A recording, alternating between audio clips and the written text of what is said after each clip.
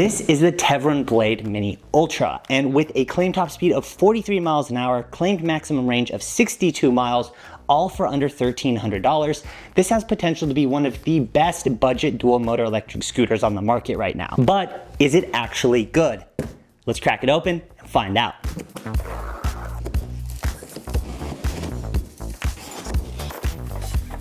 .75 amp charger, no fast charging included out of the box. As with the other Teverun models I've had the chance to try out, this has a very sleek, polished look to it. I am a big fan of the way this looks, the way it feels. Everything seems super high quality. So I'm going to get these handlebars on. They just attach with just a very normal handlebar clamp here, and then we'll take a closer look at the features. So let's do it. After testing the scooter for the past few weeks, there's a lot to like about it.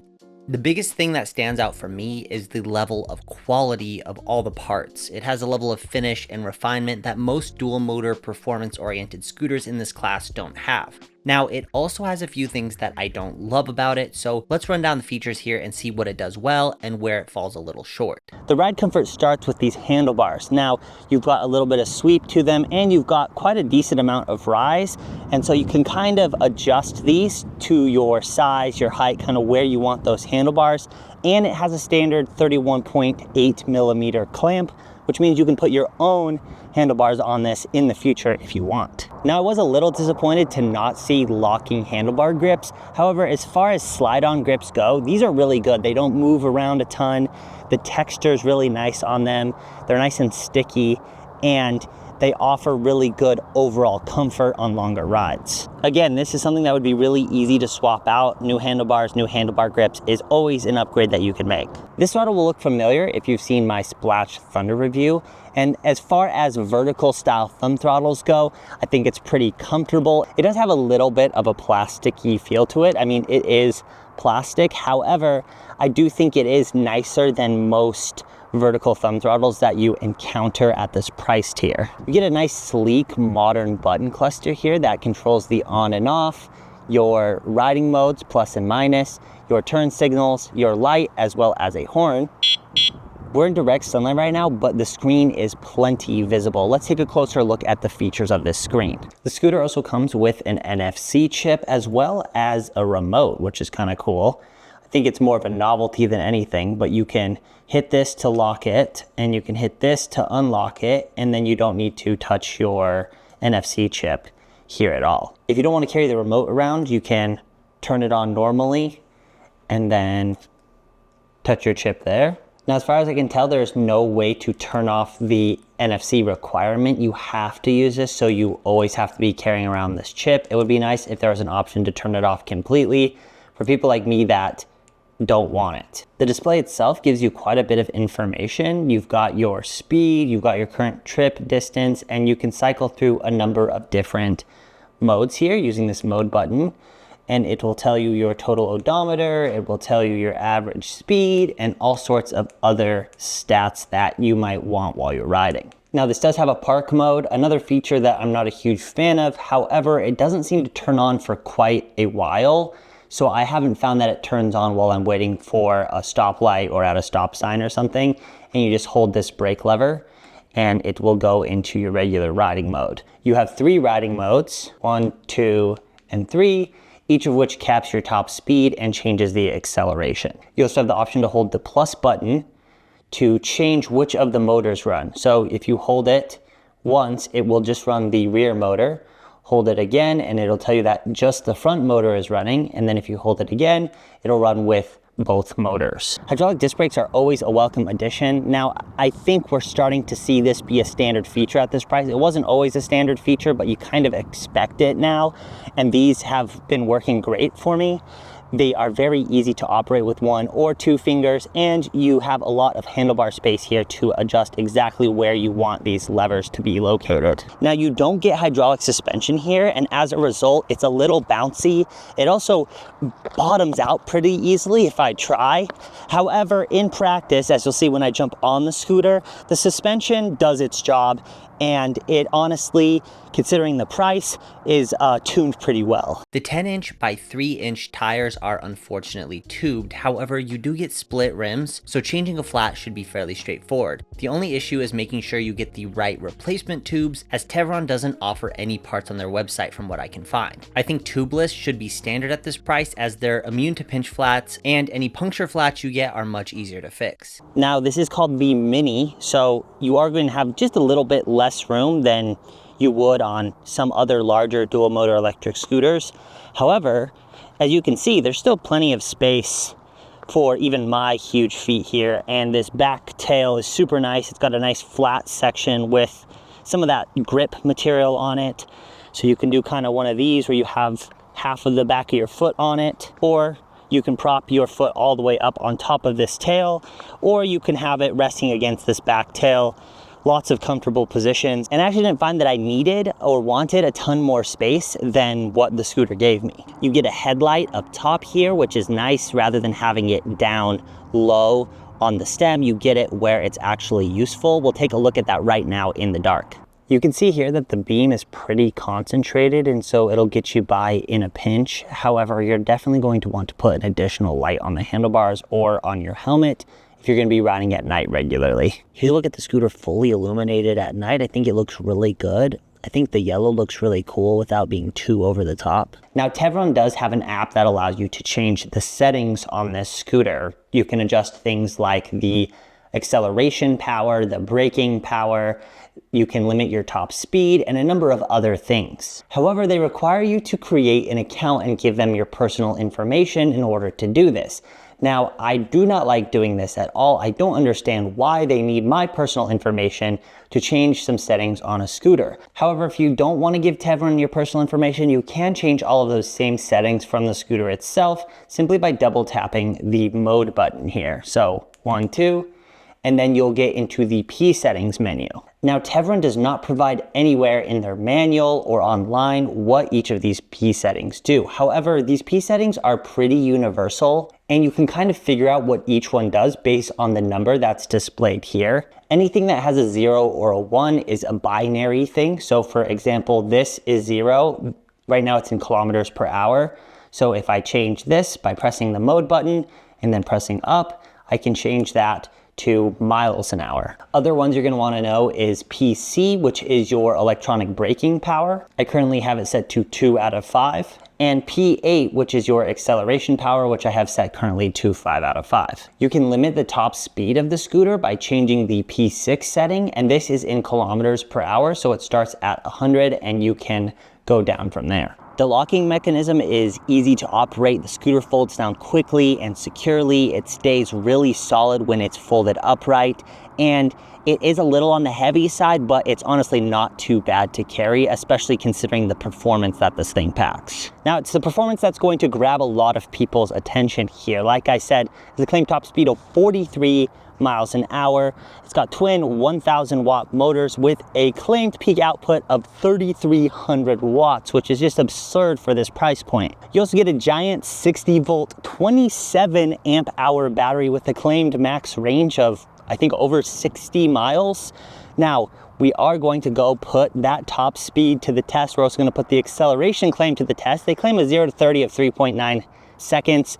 That's virtually impossible, at least for someone of my size. Maybe if they've got a 120-pound rider or something, but we'll see what a 210-pound rider does in terms of 0 to 30 time, and we'll also take it for its range test and see if we get anywhere close to that 60 miles. So let's do it. Okay, let's start with the acceleration test, and then we'll move over to the top speed test. I've got GPS Draggy running with the module, so this should be really accurate. Ready? 3, 2, 1.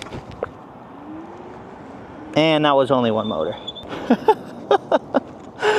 I was like, there we go, that's both motors. Okay, 3, 2, 1. Good wheel spin, 20, and 30 there. Just in time. Oh, I do have the acceleration cranked up all the way, by the way. This is as fast as oh my gosh, I can't say that.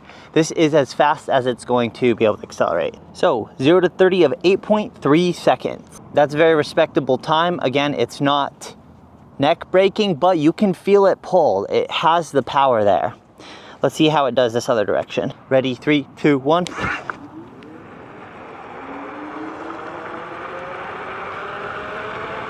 And 30. Okay, that was a low 7.14. So we're sitting somewhere around like 7.5-ish seconds on average for a 210-pound rider. Again, that's a great time. This is a fast scooter. This is not at all a slow time, but when they set the expectation that it's going to have a 3.9 0 to 30, it does make the actual number feel slow. I think even if you're a 120-pound rider, you're not going to get 3.9 seconds. It's just not gonna happen. This just doesn't have the power to get a human up to 30 miles an hour in that short of a time. The 0 to 15 time is actually really good. I was seeing in the 2.3, so that's why you get that wheel spin at the beginning, and that's why it feels like such a quick scooter, because it's laying down all that power up front. It's pulling you up to 15 really fast, and then that 15 to 30 mile an hour pull, the torque kind of seems to plateau a little bit. It doesn't quite have enough to pull you all the way up to 30 with the same amount of force that it does at the beginning. Okay, let's test the top speed here. We're gonna test in both directions. Here we go, 3, 2, 1. Not too worried about accelerating super fast. I just wanna get up to the top speed here. We've got a lot of headwind this direction, so I think we're gonna see a pretty big difference in speed in each direction.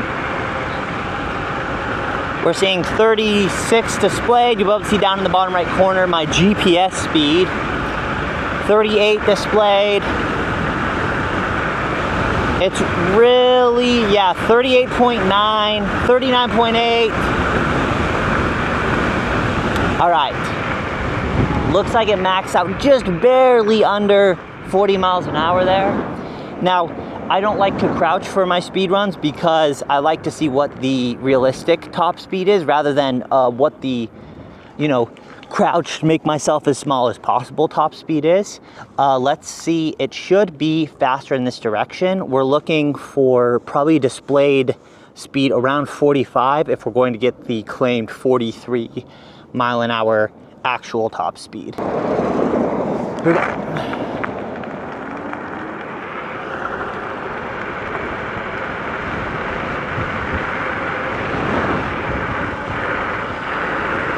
I got messed up by this guy.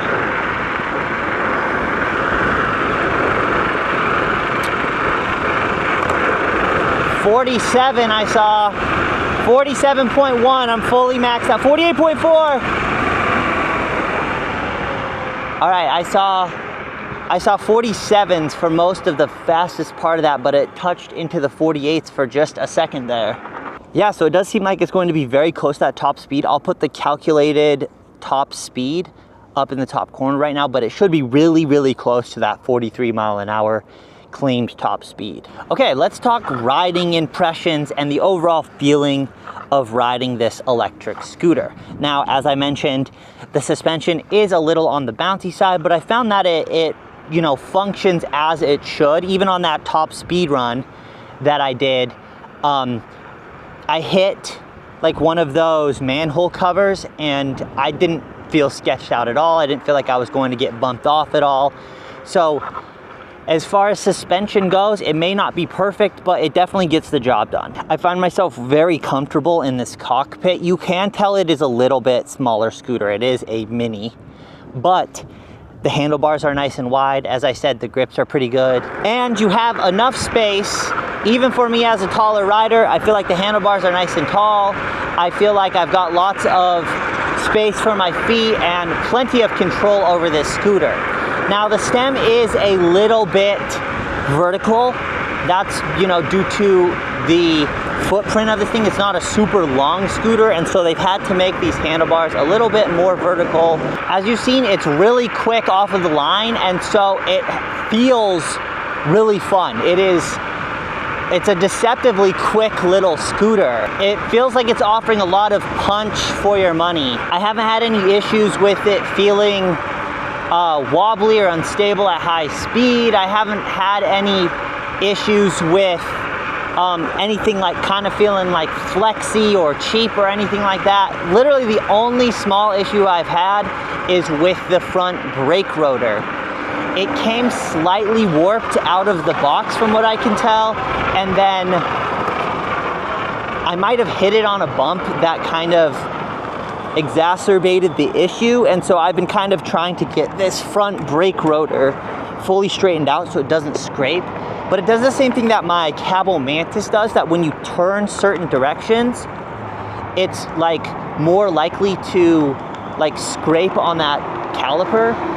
Like it's very finicky. Like right now, it's not rubbing at all, but at certain speeds, like right there, it rubs for just a second. It's like just at the right speeds and like turning the right angle, it'll rub for just a second. Now, it's not a deal breaker, and like I said, I've been able to kind of adjust it and fix it, but I haven't been able to get it perfect.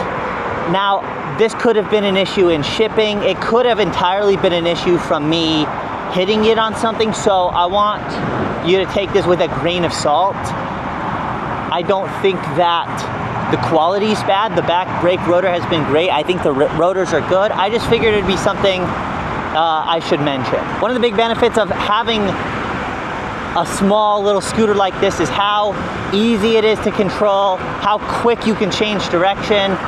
The tires feel good, there's lots of grip. I don't love that they're tubeless, as I've mentioned, but in terms of actual like riding feel, it doesn't affect that much. It's more of just like if you're in a place where you're worried about getting a lot of flats. And these are much more prone to getting flats, pinch and puncture. The hydraulic disc brakes have been excellent. We'll do a stop here. I mean, honestly, just the fact that they're hydraulic is just a huge benefit. Let's see, we'll do a little stop here. You can see I didn't even need to lock up, and I stopped in maybe 20 feet from 30 miles an hour. You get the control of hydraulic disc brakes as well, allowing you to kind of feather the brake when you want to have just small little speed control. Something that cable-driven brakes really don't do amazingly. Okay, let's talk about range now. It has a claimed max range of 62 miles. I definitely think that's overly ambitious. However, in the max riding mode, riding as fast as I can, depending on the situation, I'm getting anywhere from about 30 miles to about 37 miles of range, which is incredible. That is amazing to be able to confidently get in the max riding mode almost 40 miles of range. Not getting 62 miles is no surprise, because that's typically with a very light rider riding at a very specific speed. Sometimes they'll disclose that on their website. I couldn't find anything about what the exact conditions of their testing were. Their website's a little bit of a mess. Okay, let's talk about my overall thoughts now, because I'm a little torn. My first impressions of the scooter were very, very good. I think out of the box, and I think on paper, it's actually a scooter that's very difficult to match. There's not really anything that offers this much performance while offering this high quality of a feel. Like, this has the polish and the what's the term? The sleekness, it feels legit. You don't feel like you're purchasing a budget scooter when you get this. However, it does have a couple things that might be deal breakers for people. The big one being obviously those tubed tires. The other thing is that I definitely think that the suspension should be better at this price tier, especially considering the quality of everything else. I think maybe it's the fact that everything else feels like it was considered, other than the tires, obviously. But like everything else feels so polished and well thought through that having suspension that is, you know, just basic spring suspension that's a little bouncy, that bottoms out easier. It just doesn't feel like it fits with everything else that the scooter does really well. However, if your big priority is performance and you want a scooter that looks cool and you're okay with some of the compromises you're gonna have to make with the scooter, just like you have to make compromises on pretty much every other scooter at this price, then I think this is a fantastic option. It's definitely in my top options in terms of if I was recommending someone a scooter at this price, this would definitely be on my short list of scooters depending on what that rider's priority was. So if you want to go check out this scooter, if you're interested in buying one and you want to support the channel, then you can use the link down below in the description. There'll also be a discount code down there next to the link. Thanks so much for watching. If you want more of this style where I'm riding and talking, I have a whole channel, second channel, dedicated to just my rides and behind the scenes stuff.